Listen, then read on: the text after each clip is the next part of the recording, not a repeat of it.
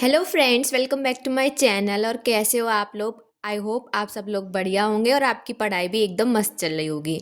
तो फ्रेंड्स, आज के इस वीडियो में जो हम डिस्कस करने वाले हैं that is the physiology of digestion के बारे में। ठीक है, तो इंसेक्ट फिजियोलॉजी से ऑलरेडी हमने एक टॉपिक कवर कर लिया है, that is the nutrition requirement in insects, right.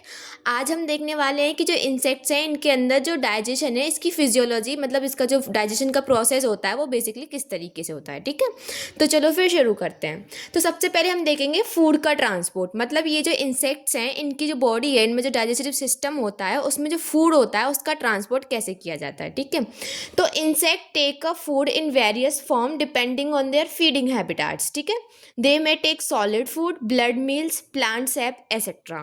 Means as we already discuss कि जो हमारे प्लांट होते हैं इनकी जो फूड की डाइट होती है वो काफ़ी वेरी करती है। मतलब ये डिपेंड करता है कि किस हैबिटाट में रह रहे हैं और वहाँ पे ये किस टाइप का फूड पे ये फीड कर रहे हैं। मतलब ये या तो प्लांट फीडर भी हो सकते हैं या फिर ये ब्लड पे भी मतलब फीड कर सकते हैं या फिर कोई सॉलिड फूड मटेरियल, जैसे कि बहुत सारे इंसेक्ट ऐसे भी होते हैं जो कि डेड और डिकेइंग मैटर पे फीड करते हैं। ठीक है, तो इनका जो फूड होता है वो वेरी करता है। उस तरीके से इनके जो डाइजेशन आता है वो उसमें भी फिर वेरिएशन आ जाती है, राइट। तो सबसे पहले हम समझेंगे कि इनमें जो फूड एंटर होता है वो इसमें किस तरीके से ट्रांसपोर्ट होगा, आगे कैसे पास होगा। ठीक है, तो गाइस ये हमने एक छोटा सा डायग्राम ड्रॉ किया है, मतलब इजी सा हमने डायग्राम ड्रॉ कर लिया है रिलेटेड टू द मॉर्फोलॉजी। मतलब इनका जो एनाटमी वाला पोर्शन होता है डाइजेस्टिव सिस्टम का वो हमने ड्रॉ कर लिया है। और बाकी हम इसका डिटेल में नहीं जाएंगे, बस सिंप्लीफाई में हम इसको ईजी वे में थोड़ा समझने की कोशिश करेंगे। ठीक है, तो सबसे पहले हम देखते हैं कि the food is taken through mouth and pass to the crop by pharynx and oesophagus.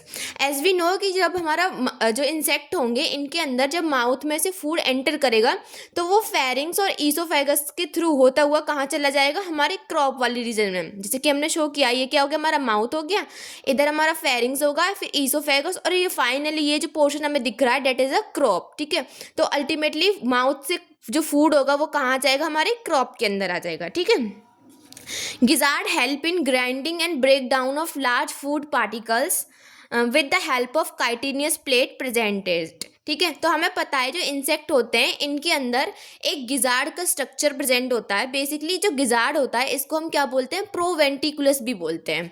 और इसमें कुछ काइटिनियस ब्लेड होते हैं जो कि क्या करते हैं, जो लार्ज मॉलिक्यूल्स होते हैं उनको, जो सिंपल मॉलिक्यूल्स होते हैं उनको छोटे छोटे मॉलिक्यूल्स में ब्रेक डाउन कर देते हैं। ठीक है, इसके बाद क्या होता है, the food is then pass into the midgut where it is properly digested and absorb through the peritrophic membrane. तो गाइज अभी हमने देखा था माउथ से लेके गिजार्ड तक का जो पोर्शन था वो इंसेक्ट का फोरगट वाले पोर्शन में आ जाता है। ठीक है, इसके आगे फोरगट के बाद अब इंसेक्ट की मिडगट की स्टार्टिंग हो जाती है। ठीक है, तो जो इंसेक्ट्स होते हैं इनमें क्या होता है, जो डाइजेशन का जो एब्जॉर्प्शन होता है वो सिर्फ और सिर्फ कहाँ पे होता है, मिडगट में होता है।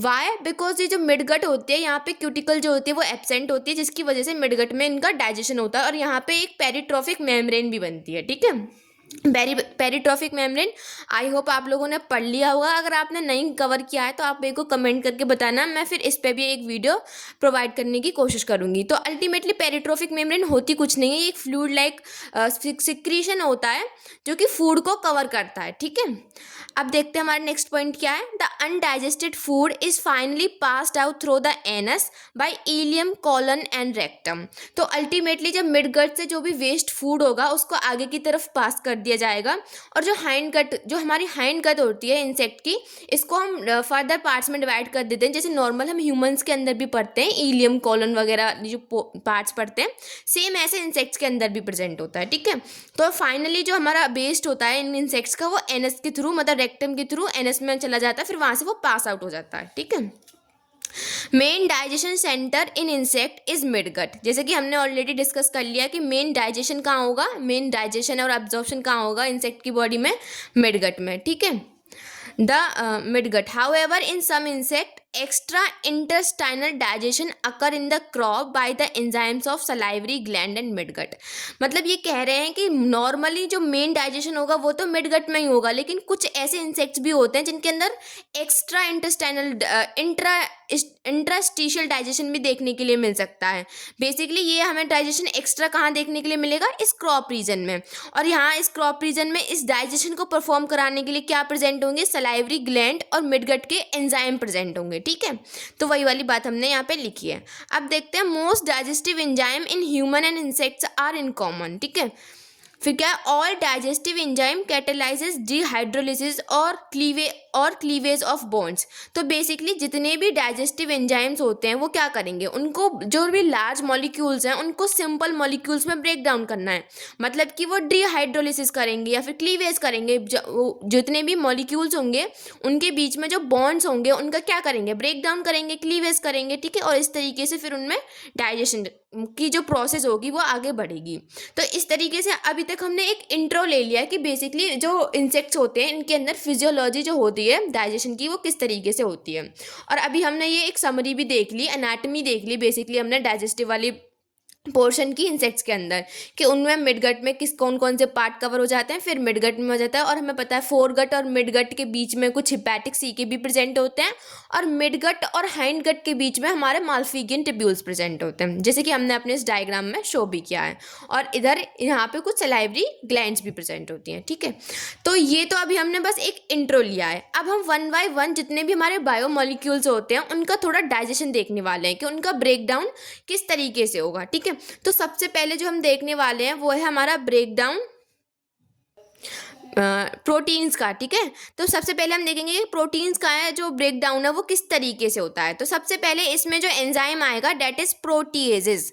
जो इंसेक्ट्स होते हैं इनके अंदर ट्रिप्सिन लाइक प्रोटीएजेस प्रेजेंट होते हैं इनके ल्यूमेन में। ठीक है, ट्रिप्सिन जैसे हैं गाइस, ट्रिप्सिन नहीं है। ठीक है, तो इनके प्रोटीएजेस जो होंगे वो कैसे होंगे, ट्रिप्सिन लाइक प्रोटीएजेस होंगे। तो सर ये प्रोटीएजेस वर्क कैसे करेंगे, ये सिंपली जो हमारे प्रोटीन्स होंगी पहले उनको पेप्टोन्स में ब्रेक डाउन करेंगे और फाइनली इन पेप्टोन से पेप्टाइड्स बना देते हैं। पेप्टाइड्स क्या होते हैं, पेप्टाइड्स होते हैं हमारे जब अमाइनो एसिड जो हैं वो पेप्टाइड बॉन्ड के थ्रू अटैच होते हैं, उनको हम बोल देते हैं पेप्टाइड्स। तो हमें पता है जो हमारी प्रोटीन है इनमें तो बहुत सारे बॉन्ड्स होते हैं, लाइक क्वाटरनरी स्ट्रक्चर होता है, टर्सनरी स्ट्रक्चर होता है, उसमें तो ऑलमोस्ट जितने भी बॉन्ड्स हम पढ़ते हैं, आयनिक, हाइड्रोजन, कोवलेंट, सारे बॉन्ड प्रेजेंट होते हैं। लेकिन जो हमारे पेप्टाइड होते हैं इनके अंदर सिर्फ पेप्टाइड्स जो होते हैं इनके अंदर सिर्फ अमाइनो एसिड जो है वो सिर्फ पेप्टाइड जो बॉन्ड होता है उसके थ्रू अटैच रहते हैं। तो ये जो प्रोटीएजेस हैं इन्होंने क्या कर दिया, जो प्रोटीन है उनको थोड़ा सिंप्लीफाई कर दिया, बेसिकली मतलब लेस कॉम्प्लेक्स कर दिया। ठीक है, तो फ्रेंड्स अभी हमने प्रोटीएजेस के बारे में देखा था जो कि प्रोटीन को कन्वर्ट कर रहे थे पेप्टाइड्स में। ठीक है, अब हम देख रहे हैं पेप्टाइडेजेस, क्योंकि हमें पता है अल्टीमेटली जब हम किसी प्रोटीन को तोड़ते हैं तो उसको हम जो अल्टीमेटली तोड़ेंगे वो अमाइनो एसिड में तोड़ेंगे, लेकिन जो प्रोटीएजेस थे उनके थ्रू तो हमने पेप्टाइड्स का फॉर्मेशन किया है। ठीक है, लेकिन हमको तो अमाइनो एसिड चाहिए, तो अब उन पेप्टाइड्स का ब्रेक डाउन कौन करेगा, दैट इज पेप्टाइडेजेस। ठीक है, अब ये जो पेप्टाइडेजेस जो हैं ये दो कैटेगरी में हो सकते हैं जो कि हम ऑलरेडी पढ़ते भी हैं, एक्सोपेप्टाइडेजेस एंड एंडोपेप्टाइडेजेस। जैसे नाम से ही हमें पता चल रहा है, एक्सो मतलब जो कि टर्मिनल एंड्स पे क्लीव करेगा, या तो ये एंड टर्मिनल, हमें पता है प्रोटीन जो होती है उसके दो टर्मिनल होते हैं, एक एंड टर्मिनल होता है, एक सी टर्मिनल होता है। तो ये क्या करते हैं, ये टर्मिनल वाले जो अमाइनो एसिड्स हैं उनका मतलब ब्रेक डाउन करेंगे, उधर साइड से निकालना शुरू करेंगे उनको, या तो वो एन टर्मिनल से भी निकाल सकते हैं या फिर वो सी टर्मिनल से भी निकाल सकते हैं। ठीक है, वहीं पे ये जो हमारे एंडोपेप्टाइडेज होंगे ये क्या करेंगे, जो इंटरनल बॉन्ड्स प्रेजेंट होगा, सपोज दैट कि ये हमारी अमाइनो एसिड इस तरीके से जुड़ी हुई हैं तो ये इनके बीच में से कट करेगा इनको, वेयर एज जो एक्सोपेप्टाइडेज होंगे वो बिल्कुल टर्मिनल वाले पोर्शन से कट करेंगे। ठीक है, इस तरीके से। तो फ्रेंड्स अब हमको मतलब जो हमारे एंडोपेप्टाइडेज हैं और जो हमारे एक्सोपेप्टाइडेज हैं इनको थोड़ा और डिटेल में समझते हैं। ठीक है, कि इंसेक्ट्स के अंदर ये किस तरीके से प्रेजेंट होते हैं। तो फ्रेंड्स सबसे पहले हम देखेंगे एंडोपेप्टाइडेज के बारे में। इसमें हमें 3 जो पेप्टाइडेज हैं उनके बारे में पढ़ना है। सबसे पहले हमें पढ़ना है सेरिन प्रोटीएजेस के बारे में, फिर हम पढ़ेंगे थायोल प्रोटीएजेस के बारे में, और फिर हम इसमें पढ़ेंगे कार्बोक्सी प्रोटीएजेस के बारे में। सिमिलरली हमें एक्सोपेप्टाइडेजेस में इसमें भी 3 हमें पढ़ने हैं, that is aminopeptidases, metallocarboxypeptidases and dipeptidases. ठीक है, तो इसको हम ऐसे याद कर सकते हैं कि हमें एंडोपेप्टाइडेजेस में पढ़ना है SSC, मतलब सेरिन प्रोटीएजेस, SH को हम थायो प्रोटीएजेस के थ्रू मतलब रिप्रेजेंट करते हैं। ठीक है, और फिर हम पढ़ेंगे कार्बोक्सीपेप्टाइडेज। ठीक है, तो सेरिन प्रोटीएजेस में हमारे कौन आ जाते हैं, इसमें हमारे 2 एग्जाम्पल आ जाते हैं। एक आ जाता है हमारा ट्रिप्सिन और दूसरा आ जाता है हमारा काइमोट्रिप्सिन। ठीक है, ये क्या करते हैं, ये हमारे इंसेक्ट्स जो होते हैं उनके अंदर मेजर प्रोटीएजेस होते हैं, और बेसिकली ये उस साइट पे कट करते हैं जहाँ पे इनको हिस्टिडीन और सेरिन अमाइनो एसिड देखने के लिए मिलती हैं। मतलब ये हिस्टिडीन और जो सेरिन अमाइनो एसिड जहाँ पे भी प्रोटीन के अंदर प्रेजेंट होंगी वहाँ पे ये क्लीवेज करेंगे। ठीक है, अब हम देखते हैं हमारे थायोल प्रोटीएजेस। हमें पता है जो हमारी सिस्टीन अमाइनो एसिड होती है उसके अंदर क्या प्रेजेंट होता है, थायोल ग्रुप प्रेजेंट होता है। इसीलिए हम ये जो थायोल प्रोटीएजेस होते हैं इनको सिस्टीन प्रोटीएजेस भी बोलते हैं। ठीक है, इनका एग्जाम्पल आ जाता है कैथाप्सिन बी। ठीक है, और जनरली ये जो हमारे थायोल प्रोटीएजेस होते हैं ये हमारे ऐसे इंसेक्ट्स में प्रेजेंट होते हैं जो कि हिमेटोफेगस होते हैं। एग्जाम्पल में जैसे कि जो हमारा हेमिप्टेरन ऑर्डर है तो उसमें जो ऐसे इंसेक्ट जो कि सिमिडी फैमिली से बिलोंग करते हैं, जिसमें हमारा सिमेक्स आ जाता है, और रूडीवेसी जिसमें रूडीविग बग आ जाती है। ठीक है, उनके अंदर ये हमें देखने के लिए मिलते हैं। कौन, थायोल प्रोटीएजेस। ठीक है, फिर हम बात करते हैं कार्बोक्सी प्रोटीएजेस के बारे में। कार्बोक्सी प्रोटीएजेस में एग्जाम्पल आ जाता है हमारा पेप्सिन। ये क्या करता है, ये acid residue are involve in catalytic process. ठीक है, found in Cyclorrhapha larva of Diptera, तो ये इनके अंदर हमें देखने के लिए मिलता है। ठीक है, अब हम देखते हैं अपने एक्सोपेप्टाइडेज के बारे में। बेसिकली ये जो एक्सोपेप्टाइडेज हैं अब ये क्या करेंगे, टर्मिनल से काटना शुरू करेंगे। तो पहले आ जाते हैं हमारे अमाइनो पेप्टाइडेजेस। ये जो हमारे अमाइनो पेप्टाइडेजेस होते हैं इसके अंदर हम ये जो होते हैं ना, ये होते हैं हमारे ल्यूसाइल पेप्टाइड कन्वर्ट टू डाईपेप्टाइड। मतलब क्या होगा, जैसे कि कोई भी प्रोटीन है अगर उसके एन टर्मिनल की तरफ से कट करते हैं, ये जो हमारे अमाइनो पेप्टाइड्स होते हैं ये क्या करते हैं, कोई भी प्रोटीन है जिसका एन टर्मिनल है और वहाँ पे ल्यूसिन अमाइनो एसिड प्रेजेंट है तो ये वहाँ से कट लगा देंगे। तो वही वाली बात की है हमने कि ल्यूसाइल पेप्टाइड को कन्वर्ट कर देते हैं डाईपेप्टाइड में। डाईपेप्टाइड का मतलब क्या है कि इस तरीके से दो अमाइनो एसिड एक पेप्टाइड बॉन्ड से जुड़ी रह जाती हैं। तो मतलब एक पूरी पेप्टाइड को इन्होंने इतना शॉर्ट कर दिया अल्टीमेटली। ठीक है, अब ये क्या है, अब हम पढ़ते हैं नेक्स्ट वाले हमारे, that is metallo carboxy peptidase. जैसे कि अमाइनो पेप्टाइडेज ने कट किया था एन टर्मिनल से, ठीक है, वैसे ही ये जो हमारे मेटालो कार्बोक्सी पेप्टाइडेज होंगे ये क्या करेंगे, ये कट करेंगे सी टर्मिनल से, करेंगे ये भी टर्मिनल से, लेकिन ये इनका टर्मिनल चेंज हो जाता है। जैसे यहाँ पे एन था यहाँ पे सी हो जाएगा। Amides with C terminal leucine convert to dipeptides, मतलब इसमें भी हमें डाईपेप्टाइड में कन्वर्ट करना है, बस काटने का जो क्लीवेज करना है उसका तरीका अलग है। ठीक है, फिर अब हम देखते हैं डाईपेप्टाइडेज। फ्रेंड्स अभी हमने देखा था इन दोनों में कि हमने जो भी हमारी बड़ी सी पेप्टाइड थी उसको हमने डाईपेप्टाइड में कन्वर्ट कर दिया, मतलब दो अमाइनो एसिड अभी भी एक पेप्टाइड बॉन्ड्स के थ्रू अटैच है। तो ये जो डाईपेप्टाइडेज ये जो होंगे ये क्या करेंगे, ये डाईपेप्टाइड जो होगी इस तरीके से ये जो हमारी डाईपेप्टाइड जुड़ी हुई होगी इसको कन्वर्ट कर देंगे सिंगल अमाइनो एसिड में, और अल्टीमेटली हमारी जो प्रोटीन है वो अब कन्वर्ट हुई है अमाइनो एसिड में। तो इस तरीके से ये जो इंसेक्ट है इनके अंदर जो प्रोटीन है उसका डाइजेशन चलता है। ठीक है, अब हम देखते हैं जो इंसेक्ट्स हैं इनके अंदर लिपिड्स का डाइजेशन कैसे होता है। ठीक है, लिपिड्स का डाइजेशन ऑफ कोर्स लाइपेजेस ही कराएंगे। ठीक है, so they are the long chain fatty acid ester hydrolases. तो ये क्या होते हैं, ये हमारे ईस्टर, हमें पता है ये जो लिपिड्स होते हैं उनके अंदर ईस्टर बॉन्ड होता है। ठीक है, तो ये क्या करते हैं, ये ईस्टर बॉन्ड का हाइड्रोलिसिस कराते हैं। ठीक है, they help in digestion of dietary tag. ठीक है, जो इंसेक्ट्स होते हैं उनके अंदर जो स्टोरेज लिपिड्स होते हैं वो क्या होते हैं, जनरली वो टैग की फॉर्म में होते हैं, ट्राई असाइल ग्लिसराइड की फॉर्म में होते हैं, ठीक है। और हीमोलिम्फ के अंदर वो डैग की फॉर्म में होते हैं, डाई असाइल ग्लिसराइड की फॉर्म में। तो ये क्या कराते हैं, ये जो हमारे लाइपेजेस होते हैं ये डाइजेशन कराते हैं हमारा टैग का, ठीक है।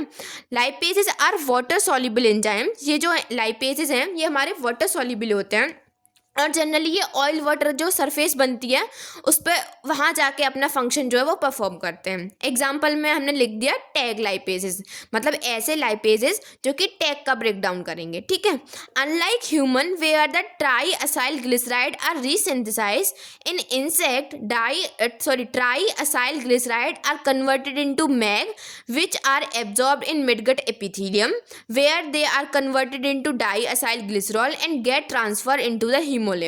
तो फ्रेंड्स इस वाली जो लाइन है इसका क्या मतलब हुआ, तो अगर आपने ह्यूमन के अंदर लिपिड का डाइजेशन पढ़ा होगा तो आपको पता होगा कि ये जो ट्राइएसाइल ग्लिसराइड है एक बार इनका ब्रेक डाउन होता है और फिर ये वापस से रीसिंथेसाइज हो जाते हैं, ठीक है। लेकिन इंसेक्ट्स के अंदर ऐसा नहीं होता है। इसमें क्या होता है, इंसेक्ट्स के अंदर ये जो ट्राइएसाइल ग्लिसराइड है पहले ये ब्रेक हो जाता है मैग में, मैग का मतलब क्या हुआ, मोनोअसाइल ग्लिसराइड में, ठीक है।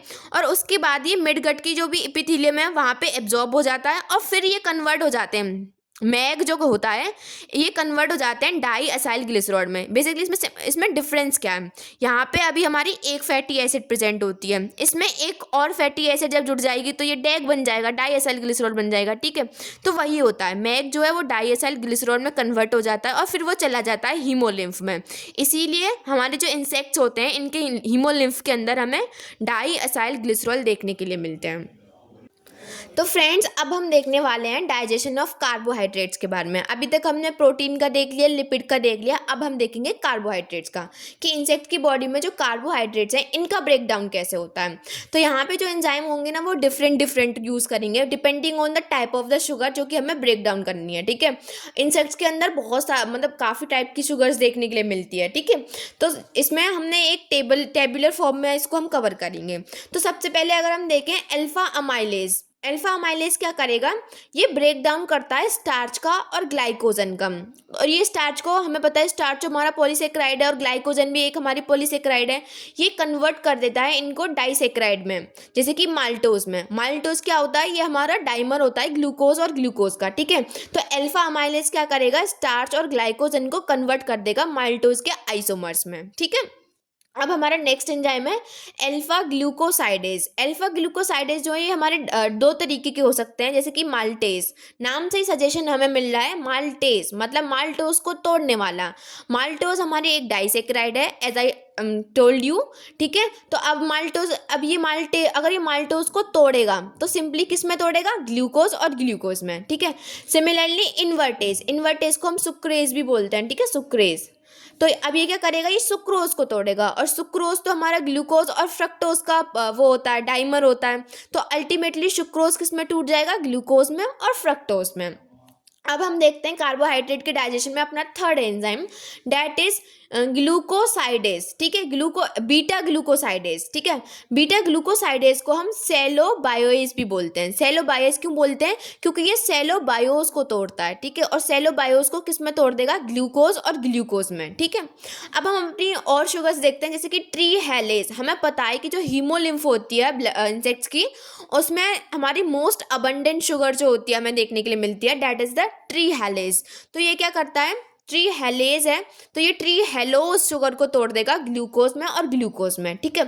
बाकी अब हम देखते हैं अल्फा गैलेक्टोसाइडेज। अल्फा गैलेक्टोसाइडेज जो होता है वो मेलीबायोज, जो कि एक तरीके का डाइसेक्राइड है, इसको तोड़ देता है ग्लूकोज और ग्लूकोज में। फिर हम देखते हैं beta galactosidase and beta galactosidase तो हम नॉर्मली पढ़ते भी हैं जब हम ओपिरोन वगैरह पढ़ते हैं डेफिनेटली, ठीक है। तो ये क्या करता है, हमें पता है जो बीटा गैलेक्टोसाइडेज है वो लैक्टोज को तोड़ता है ग्लूकोज में और गैलेक्टोज में, ठीक है। इसी तरीके से सेल्यूलेज क्या करेगा, सेल्यूलोज को तोड़ेगा और सेल्यूलोज तो हमारा पॉलीसेक्राइड होता है। तो ये जो हमारा सेल्यूलेज है ये पहले सेल्यूलोज को तोड़ता है सेलोबायोज में और अल्टीमेटली ये जो सेलोबायोज होते हैं ये टूट जाते हैं हमारे ग्लूकोज में और गैलेक्टोज में, ठीक है। फिर आ जाता है हमारा लैक्टेज। लैक्टेज वही जो शुगर हमारी मिल्क में प्रेजेंट होती है, तो लैक्टोज शुगर जो प्रेजेंट होती है उसको ब्रेक डाउन करेगा। और लैक्टोज क्या है, हमारी एक तरीके की डाइसेक्राइड है जो कि टूट जाती है ग्लूकोज और गैलेक्टोज में। तो इस तरीके से हमारे जो हमारे इंसेक्ट्स हैं इनकी बॉडी में डिफरेंट डिफरेंट एंजाइम है, डिपेंडिंग कि वो किस शुगर को तोड़ रहे हैं, ठीक है। इसके अलावा कुछ और मतलब इसी शुगर से रिलेटेड हम कुछ और पॉइंट देखते हैं, जैसे कि सेल्यूलेज। हमारा ये जो सेल्यूलेज एंजाइम है ये ऐसे इंसेक्ट्स के अंदर प्रेजेंट होता है जो कि वुड ईटिंग या फाइटोफेगस बीटल्स होते हैं। मतलब ये जो फाइटोफेगस बीटल्स हैं जो कि वुड पे फीड करते हैं, इनके अंदर हमें सेल्यूलोज मतलब काफ़ी देखने के मिलेगा, क्योंकि हमें पता है कि जो प्लांट्स होते हैं उनमें जनरली सेल्यूलोज होता है, राइट। और अगर सेल्यूलोज को ब्रेक डाउन करना है तो सेल्यूलेज तो फिर होना ही चाहिए, ठीक है। फिर देखते हैं हम beta glucosidase. Beta glucosidase generally हमें wood eating and phytophagous insects के अंदर देखने के मिलता है। अगर हम बात करें बीटा गैलेक्टोसाइडेज तो ये हमें डिप्टेरेंस के अंदर देखने के लिए मिलता है। और अभी ये वाला पॉइंट ना मतलब थोड़ा एक तरीके से फैक्ट टाइप का है कि जो हमारा लैक्टेज है ये हमें लोकस्ट के अंदर देखने के लिए मिलता है। हाउएवर जो हमारे लोकस्ट होते हैं ना इनके अंदर कोई भी लैक्टोज शुगर प्रेजेंट ही नहीं होती, और cellulose are found in locust, ठीक है। मतलब कि क्या हुआ कि ये जो लोकस्ट होते हैं हमारे, जो टिड्डे वगैरह होते हैं, इनके अंदर शुगर तो है नहीं लैक्टोज, लेकिन उसको आप ब्रेक डाउन करने वाला लैक्टेज एंजाइम प्रेजेंट है। तो एक तरीके से ये कुछ यूनिक सा फैक्ट हो गया ना, राइट। और इसके अलावा ये जो हमारे लोकस्ट होते हैं इनके अंदर सेल्यूलोज भी प्रेजेंट होता है, ठीक है। तो ये था हमारा एक पूरा मतलब पूरा complete discussion about the digestion of carbohydrate के बारे में। सो फ्रेंड्स, ये था हमारा आज का वीडियो जो कि हमने कवर किया related to the physiology of digestion. I hope ये नोट्स आपके लिए हेल्पफुल रहे होंगे आपके एग्जाम में और आगे भी रहेंगे। And thank you for watching this video and do not forget to subscribe my channel and share this video with all your friend. Thank you for watching this video.